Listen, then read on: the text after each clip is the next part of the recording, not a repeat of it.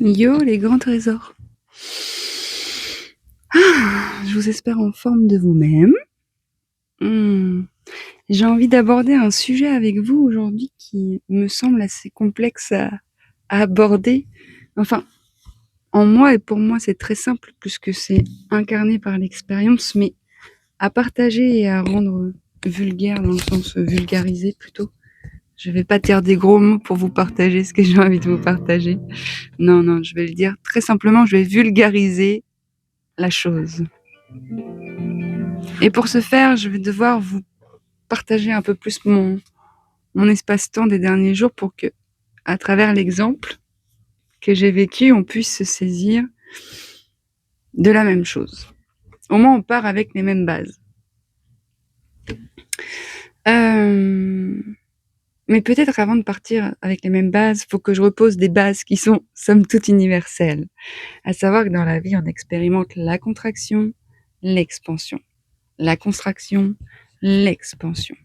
Que ce qui a créé la séparation d'avec nous-mêmes, ce sont des expériences de cette incarnation ou d'autres où le vivant a été malmené, ou d'autres, ou tes ancêtres, tu vois. Quand le vivant est un malmené et n'a pas le droit d'être, par exemple ton arrière-grand-mère qui, au contact de son expression authentique, s'est fait violer ou s'est pris un regard de travers pendant 30 ans qui laisse autant de traces. J'ai utilisé le mot viol pour que ça impacte, mais le trauma de négligence est tout aussi impactant. Prends une fleur, tu l'arraches d'un coup d'un seul et tu ne l'arroses pas du tout pendant 10 ans. Eh bien, tu l'arraches d'un coup, alors c'est très violent et elle peut mourir directement. Tu ne l'arroses pas pendant 30 ans ou juste avec une goutte d'eau, c'est pareil en fait. Donc, je disais ça parce que, en fait, qu'importe si c'est toi qui as imprimé quelque chose dans ton dedans qui est relatif à le vivant n'a pas le droit d'être là, à cet endroit-là, à travers ton expérience à toi depuis que toi tu es au monde.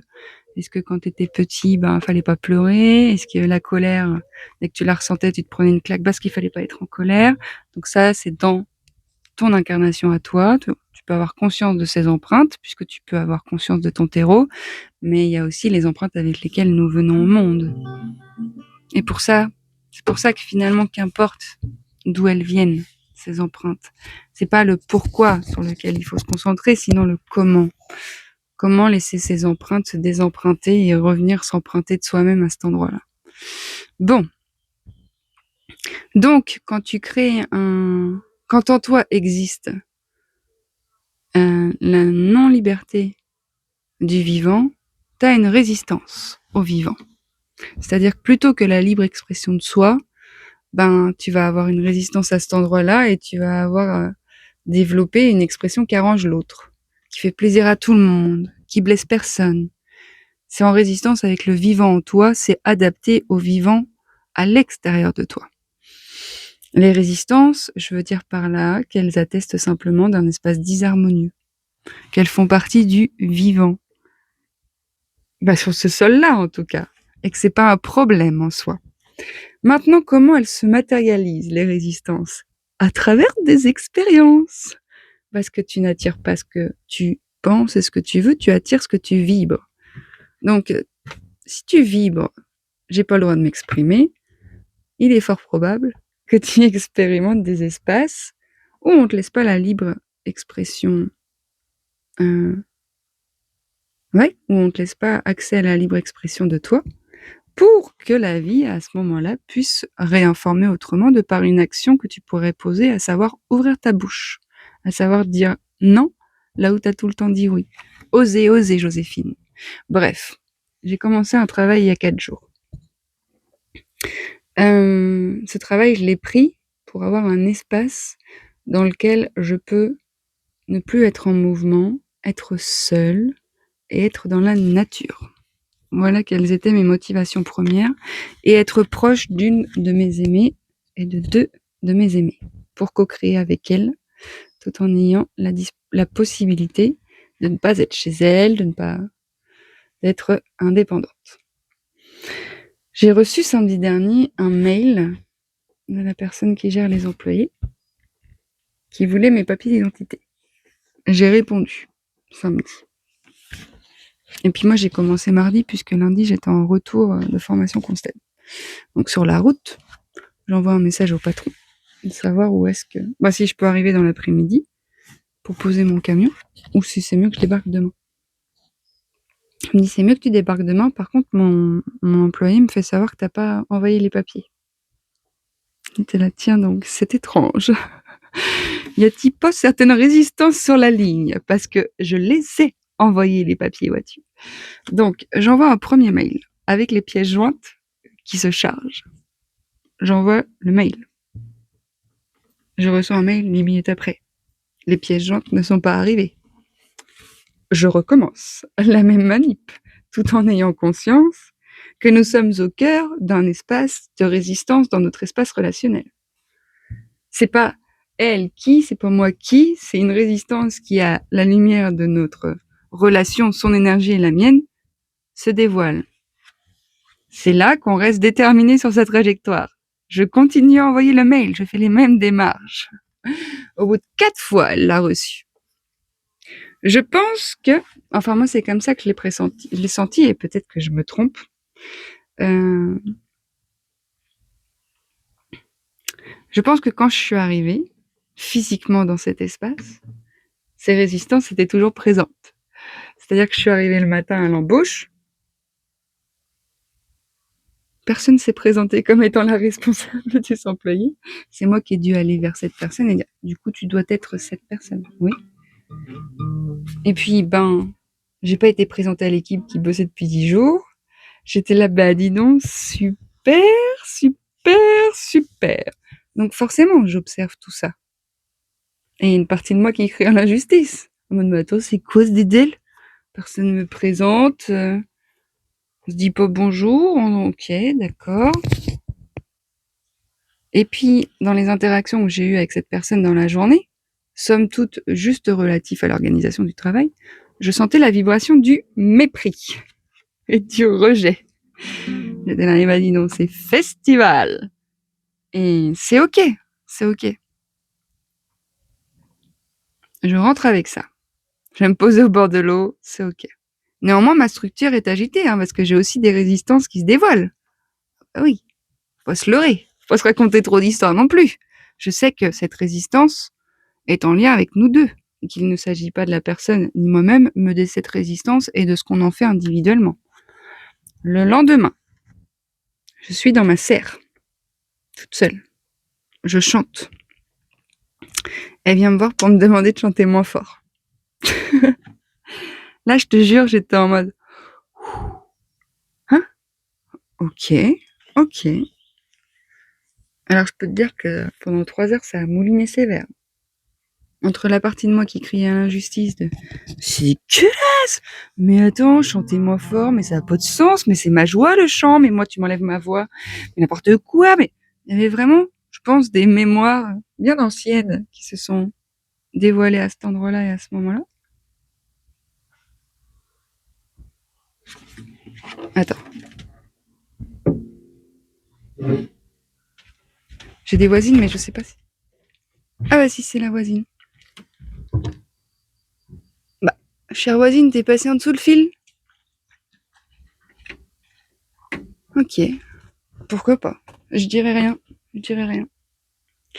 Et donc, j'avoue, pendant 3-4 heures, ça m'a... Puis j'observais parce que quand même... Il y a quand même une conscience, une maturité disponible en moi qui me permet d'attester quand je suis agitée que je suis agitée.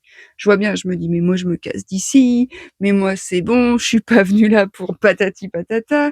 Puis je sens bien que c'est en tension, tu vois, genre, je suis pas au bon endroit à l'intérieur de moi, quoi. Enfin, je suis au cœur de la réaction et il faut que j'attende qu'elle se traverse en moi pour voir si oui ou non je m'en vais. Et c'était très drôle parce que du coup, l'après-midi, je suis retournée au bord de l'eau. Je suis tombée sur un post de Charlotte Hoffman qui parlait de la liberté. Ils croyaient qu'ils étaient libres. Mais en fait, que Nini, ils l'étaient pas du tout, puisqu'ils étaient assujettis aux conditions de la forme. C'est-à-dire que là, ça ressemblait grandement à ce que j'expérimentais, en mode: «Oh, mais elle m'enlève ma liberté, elle veut pas que je chante». Du coup, ça m'a permis un petit retournement de: «Mais je suis libre, en fait, que je chante ou pas. C'est plus profond en moi que cette liberté, elle se dévoile. J'ai pas besoin de chanter à voix haute pour être libre». Et il y a vraiment quelque chose qui s'est pacifié et puis j'ai la chance d'avoir des aimés qui peuvent me stabiliser dans ces traversées, puis m'offrir un miroir beaucoup plus sage. Dénué, je veux dire, de la résistance.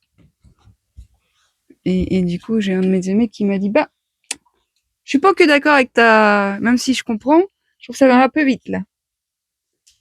Et c'est vrai, c'est vrai, c'est vrai. Donc j'ai attendu que ça passe. Et c'est passé. C'est passé, j'ai fait silence, j'ai fait rien. J'ai rien cherché à résoudre comme problème. Hop, elle a carrément pété le fil. Oui, j'ai pas considéré ça comme un problème, puisqu'il n'y en avait pas en soi de problème. Il y avait juste une résistance qui se dévoilait, et il fallait juste continuer à se détendre pour, pour traverser la chose en fait. Et ce qui est très drôle, c'est qu'en plus mon contrat, n'a pas été imprimé le premier jour parce qu'un bug, elle a aimé ça. Alors vous voyez, il y a beaucoup de personnes qui m'ont dit: «Ah ouais, alors ton contrat n'est pas imprimé, tes documents n'arrivent pas, cet accueil est là. Peut-être qu'à un moment là-haut, on te dit que c'est pas là que tu dois être». En fait, peut-être je vais arrêter d'essayer de comprendre pourquoi, j'expérimente et je traverse ça, et peut-être que je vais juste faire confiance et continuer de me détendre et arrêter de penser que moi j'interprète le vivant plus justement que le vivant. Si le vivant me met là, c'est qu'il y a une bonne raison pour laquelle je dois être là. Et je sentais que c'était d'un espace agité en moi que ça réagissait. Donc ça, je le sens parce que je cultive au quotidien des espaces où j'apprends à rester avec ce qu'est là et à être calme. Et quand je suis pas calme, ce n'est pas un problème, ça me montre juste que je suis dans une traversée. Et la sagesse avec l'expérience m'a appris, et puis mes lectures, et puis les ancêtres avant moi qui ont laissé cette marque et cet enseignement que bah, l'agitation n'est pas relative à une présence. Une présence, c'est stable. Au cœur même du chaos, c'est stable. Et là, je vois bien, je suis retournée au boulot ce matin. C'est pas du tout la même dynamique entre cette personne et moi. Est-ce qu'il s'est passé quelque chose? Mais non! Il semblerait simplement que la résistance est terminée de se raconter. Et que par une volonté consciente, de ma part en tout cas, de vouloir faire un lien avec moi et avec le vivant en moi,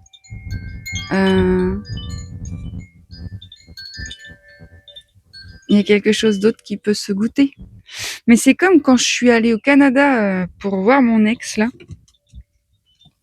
Normalement, j'avais un jour de transport, 3 vols. Je dormais à l'aéroport la première nuit et je partais à 4 heures du mat. La vérité, c'est que la personne qui m'a hébergée à Paris avant que je parte est tombée sur ma valise une demi-heure avant que je parte. Elle s'est fracturé le coude. Je veux dire, elle s'est fracturé le coude. Elle a dû appeler quelqu'un qui l'a emmenée aux urgences parce que moi je pouvais pas. J'avais prévu un covoit à minuit et demi à Vaugirard. J'envoie un message comme quoi j'aurais 2 minutes de retard. Il me dit: bah non, j'ai annulé mon covoit de toute façon. J'étais là, oh c'est quoi ce dédale. J'ai dû prendre un taxi. J'arrive à l'aéroport. Je dors pas à l'aéroport parce que j'arrive à minuit et demi puis que mon vol est à 4 heures. J'arrive à Francfort pour une escale. Il est annoncé que le deuxième vol a 4 heures de retard. Donc finalement, je vais pas pouvoir avoir mon troisième vol qui devait m'emmener le soir même à Montréal. Donc je passe une deuxième nuit à l'aéroport au Canada. J'essaie d'appeler la compagnie pour avoir une nuit à l'hôtel. Pendant 2 heures. Non, tu restes là. Pendant 2 heures, c'est compliqué à les avoir. Tout ça pour dire, je sais pas si vous serez remboursé. Vous pouvez essayer, on verra. Sauf que la chambre est à 200 balles. Donc on verra, il est un peu pas optionnel pour moi à ce moment-là. Donc je redors à l'aéroport. Donc le lendemain, je recroise les gens qui étaient avec moi sur cette ligne-là qui me disent: ah mais nous on a dormi à l'hôtel, hein. La compagnie nous a récupérés à l'arrivée. J'étais là. Ok, bah moi personne ne m'a vu et je n'ai vu personne. Pourtant j'étais là avec vous dans le même avion, dans le même aéroport. Donc je savais que c'était des résistances qui se densifiaient. Donc je savais que j'avais un gros process qui était en cours, puisque quand ça se densifie, c'est que c'est déjà en restauration à l'intérieur. C'est déjà que ça sort et que ça bouge. Bon bah là-bas, j'ai vécu un voyage horrible. Horrible d'un point de vue de réactivation de blessures et de libération émotionnelle. C'est venu taper dans ma structure, ma blessure première dans le lien avec mon père, et puis ce décès et ce deuil qui s'était imprimé super fort et qui n'est pas toujours accessible. Ah bah là, ça a été, je te jure, ça a été l'enfer. L'enfer s'est extrait de moi. La traversée a été très éprouvante parce que j'arrive dans un endroit là-bas. J'ai pas de repères. Je connais personne sauf le gars avec qui je suis. Il travaille. Je suis chez lui toute la journée. Enfin, bref, des conditions assez éprouvantes qui, somme toute, auraient pu se goûter complètement différemment et paisiblement. Hein. Juste, ben, moi, j'étais dans des résistances hyper profondes. Donc forcément, ça se densifie de façon hyper conséquente, quoi.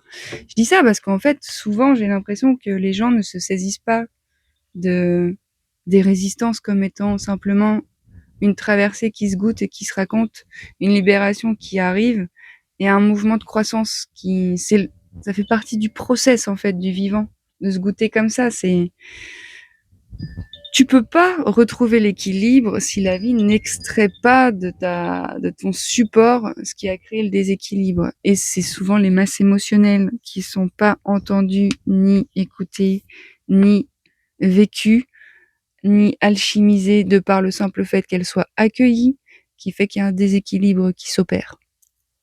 Donc voilà, j'ai juste envie de mettre en relief qu'en fait les résistances, mais elles font partie du process et il n'y a pas de solution à trouver. Il y a juste à rester détendu dans ces résistances. Et, et pour peu d'avoir pas acquis l'art d'accueillir les émotions, c'est impossible à se détendre parce que la détente, elle est informée dans le cerveau que c'est dangereux. Et c'est pour ça que c'est chouette de s'offrir des espaces thérapeutiques où ces espaces-là peuvent être vus, touchés, dans un cadre sécure parce que ça réinforme le cerveau sur l'unité qu'est la vie, quoi. Oui, les résistances font partie du vivant.